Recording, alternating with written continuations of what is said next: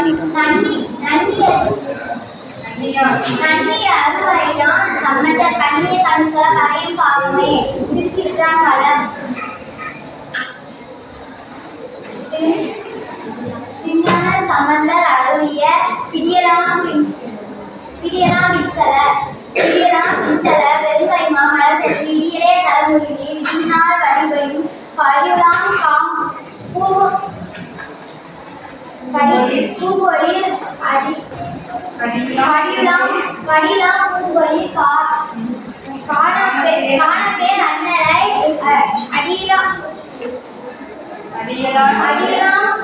அடியலாம் அடிசல உடையவோ அடியரே நுண்ணிய பேரடி நுண்ணுக்குடம் மெல்லடி